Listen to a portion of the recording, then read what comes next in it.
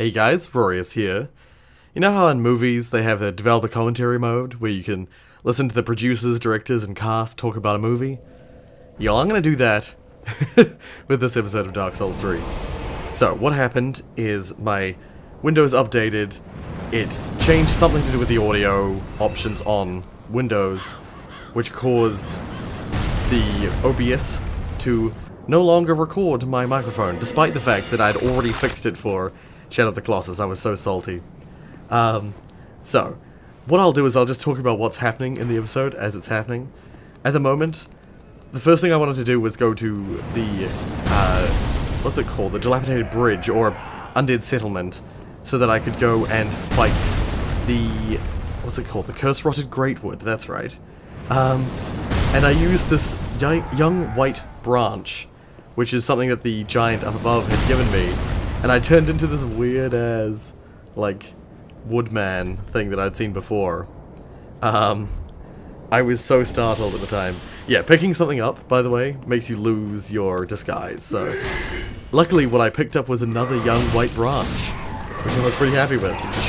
Should have meant, little hint towards something coming up, should have meant that I didn't need to worry about getting through that area again later on. We'll come to that later. So, what I've done is I've edited the whole video already, and now I'm just going through and watching the video, and, commentarying over it, I guess.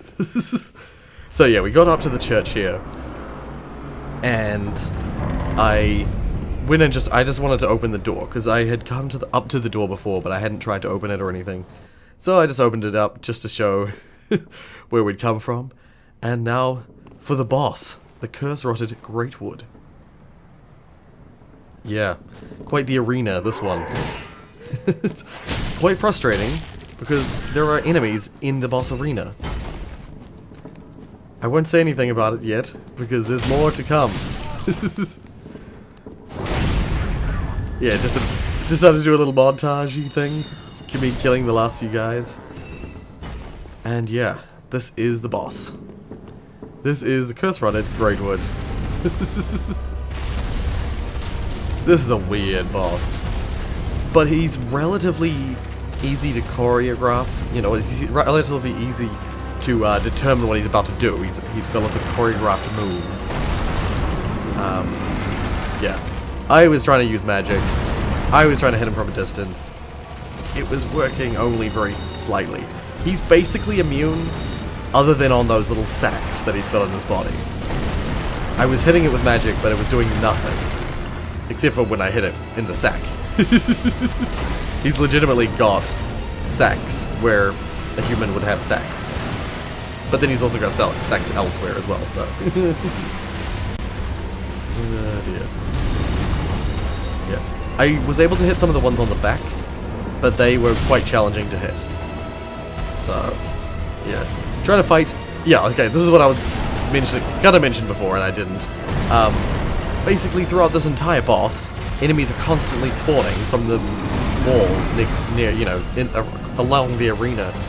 And so, there's never any break from the enemies. There's always more enemies. I didn't realize at the time that I had popped one of the sack things on the boss's hand.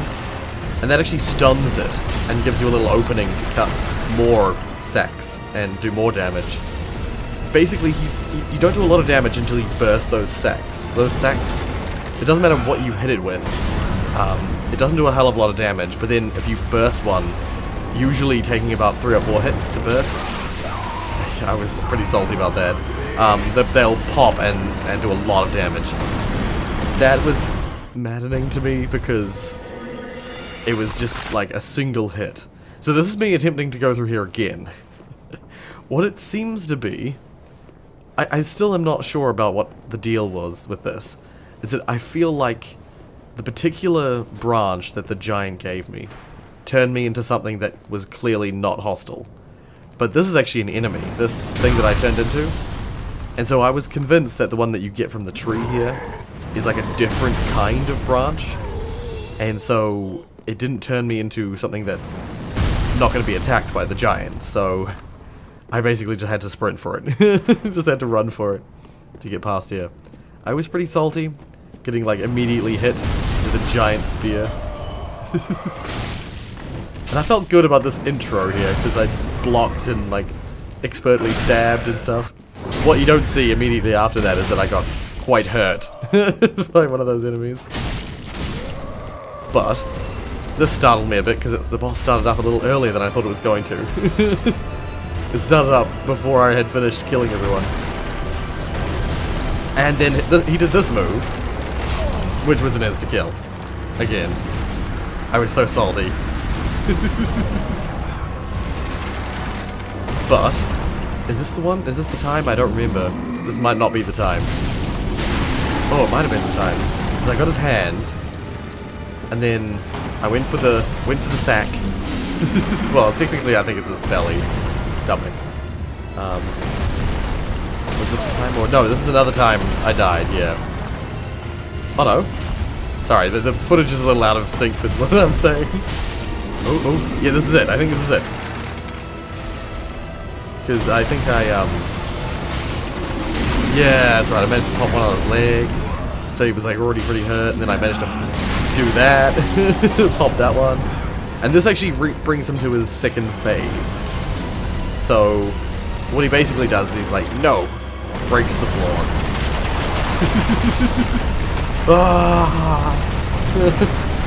Which brings us down to where the Mound Maker's Covenant is.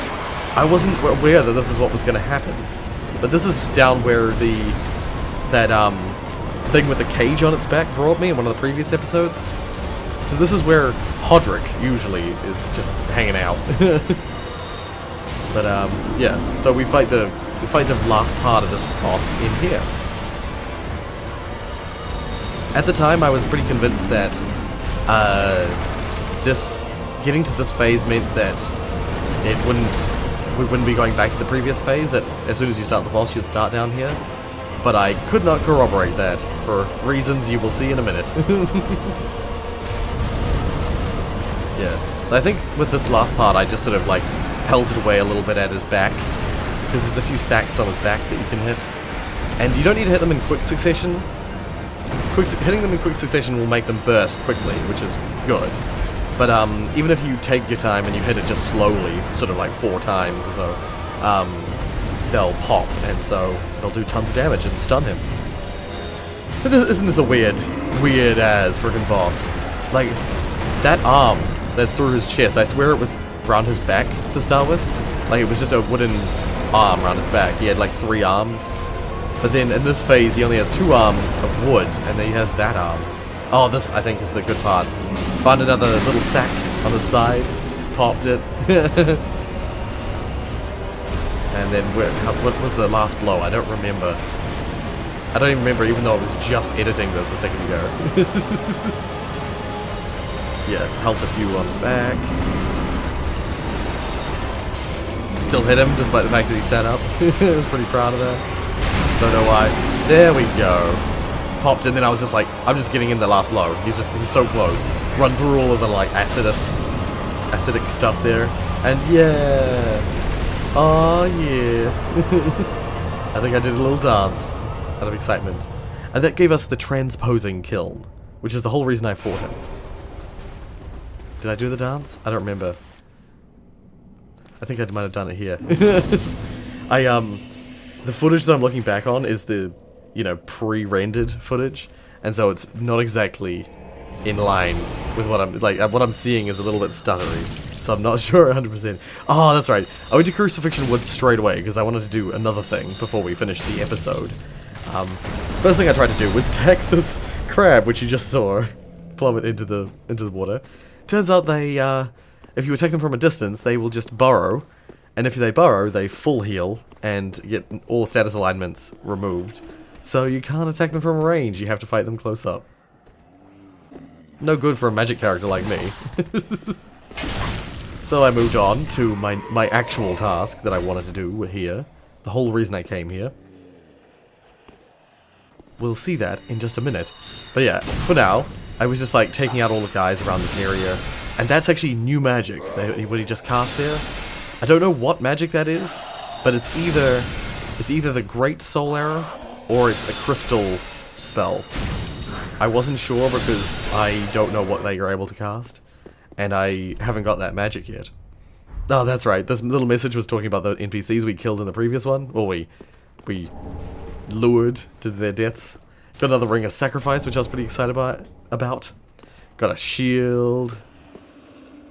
Yeah, and then there's this little side path to the main path that we went to get the crystal lizard last time. That leads up to these little stairs around the side. Which leads up to the person in question that we're looking for.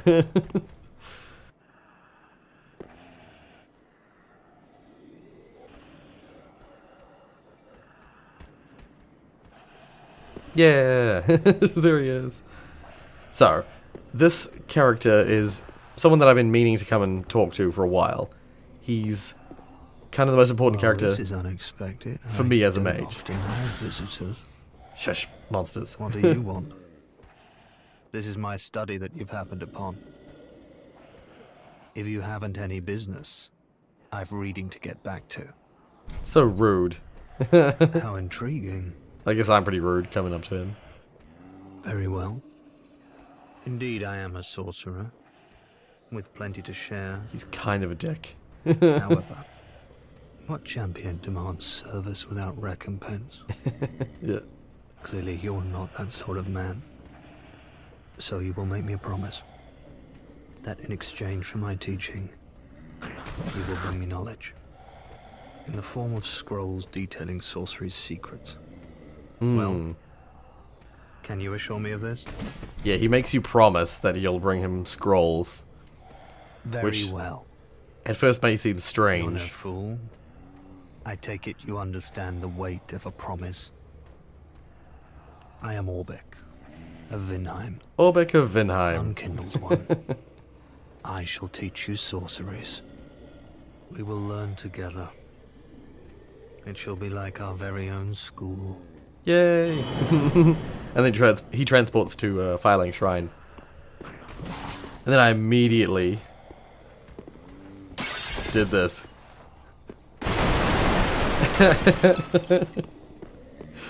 Oh dear. Just scrolls everywhere. I thought that might have been an illusionary wall, so I attacked it. And then I killed all the enemies who were talking while we were trying to talk.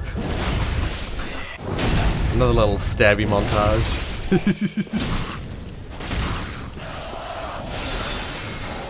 Yeah, by the way, this part of the video here, this is probably already an hour into recording. Shows you how much trouble the Greatwood gave me and how much trouble the areas around it and sort of prior to this point gave me. At least I think it was. I'm not 100% about that. It might have been like a 50-minute mark. But still, like, we're what, just over 10 minutes in. It was gonna be a short episode whether I edited it like this or not. Yeah, these guys were scary because firstly there's two mages, but this one that I'm attacking, he has the special magic. So I actually got hit for the first time by what I think is actually a soul spear, but I'm not sure about that. Just from the visual appearance of it, it looks like a spear attack. It looks like one of the spear magics. Whereas this guy just had his Farron darts, I didn't care about that. I can tank those. I gave this guy a pretty ruthless time.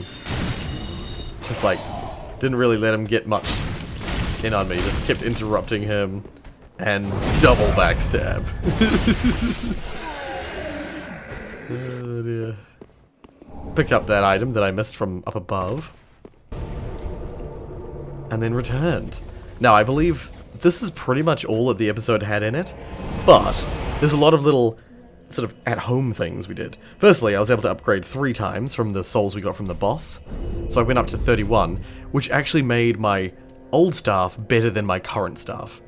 Remember I mentioned in the previous episode that the heretic staff is only good up to level 30, and then the original staff is better. So, I ran over to this guy, Ludleth. His feet. What feet? I I ran over to him because I wanted to give him the transposing kiln. Belike it is a transposing kiln in thy possession. Seen better days, but methinks it shall suffice. He's so quiet. Now, bring to me a twisted soul. Yeah. Transposition is the art of extracting and coalescing the essence of a soul. In transposing a twisted soul, its true power transferred to thee. Thy purpose is to seek lords and slay them. What's to fear in a little transposition now? Yeah. So basically, you can bring boss souls to him and turn them into weapons, or magic, or, you know, just anything. One of those ones that was listed there was a ring. But before we enter the rest of the episode, we quickly upgraded the Uchikatana to level 3. So instead of doing about 130 damage, it was now doing 190, I think. Or it might have actually been 200 and something. Yeah. Went back to visit Orbeck to look at what he had to sell, what magic. The ideal sorcerer bears the twin faces of the dragon. I believe he's referring to the 2 rings. You could at least act as if you're paying attention. I got mad when he said that. I was like, hey. Yeah, basically, what I looked at his magic, was not all that impressed, really. The only ones I'm particularly interested in are the great versions of the soul arrows, and the magic spook, which makes your feet silent and makes fall damage less. So, that was it. That was all we really did. I cut this video down really short because I wasn't sure how I was going to do this. I decided to do the little developer commentary thing because I didn't just want to leave you guys with a very, very quiet, silent video of Dark Souls 3. So, you got my commentary instead. I hope you enjoyed, despite the fact that my face is not here, and despite the fact it wasn't live commentary. But, whatever the case, if you like what you saw, click like. If you want to see more from me, then subscribe. I promise I'll be in the next one. And, as always, I'm bowing now, trust me.